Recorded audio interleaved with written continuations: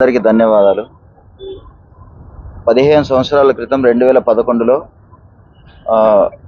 2011లో విశ్వ మానవ కళ్యాణం అంటే సమాజము, లోకము, విశ్వము శాంతిగా సంతోషంగా ఉండాలనే ఒక సత్సంకల్పం చేత భగవాన్ సత్యసాయి బాబా వారు రుద్రం చేయండి భద్రంగా ఉంటారు, రాబోయే కాలం బాగాలేదు, ఎన్నో అనర్థాలకు ఎన్నో దీనికి ముందు చూస్తారు మీరు, కాబట్టి రుద్రం ఒకటే దాని నుంచి రక్షిస్తుంది అని చెప్పడం వల్ల వారి మాటను స్ఫూర్తిగా తీసుకొని మా పండితులు భోగేష్ పంతులు గారు, సుభాష్ పంతులు గారు, శర్మ గారు వారు రుద్రం నేర్పించడం వల్ల ఎంతోమంది రుద్రం నేర్చుకొని 15 సంవత్సరాలు పైబడి ఆ విధంగా ఒక సేవా కార్యక్రమంగా దీన్ని తీసుకొని ప్రతి సంవత్సరం కార్తీక మాసంలో రుద్రం చేస్తూ రావడం జరిగింది.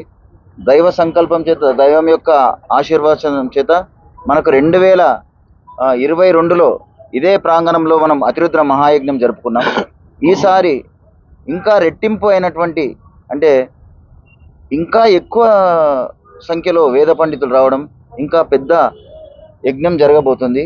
అతిరుద్ర పారాయణంతో సహా అతిరుద్ర స్వాకారం అంటే రెండు రెట్లు ఎక్కువ పెరిగింది. కాబట్టి ఇటువంటి మహత్తరమైనటువంటి కార్యక్రమాలు చేపట్టడం అనేది చిన్న విషయం కాదు. పెద్ద పెద్ద సంస్థానాలు, పీఠాధిపతులు, కోటాను కోట్ల రూపాయలు ఉన్న వాళ్ళు మాత్రమే చేయగలిగేటటువంటి యజ్ఞం మన వికారాబాద్లో ప్రతి ఒక్కరి సహకారం చేత, కులాలకు మతాలకు అతీతంగా ప్రతి ఒక్కరూ ఈ కుల మతాలకు అతీతంగా ఇక్కడ ఈ ప్రాంగణంలో వచ్చి ఎంతోమంది సేవ చేస్తున్నారు మన వాళ్ళ అన్నదమ్ములందరూ. ఈ యజ్ఞం వల్ల ప్రకృతి మన యొక్క శబ్దం వల్ల, మన యొక్క చర్యల వల్ల ప్రకృతి నాశనం అవుతూ ఉంటుంది. ఆ ప్రకృతిని మళ్ళీ బ్యాలెన్స్ చేయాలన్నా, ప్రకృతి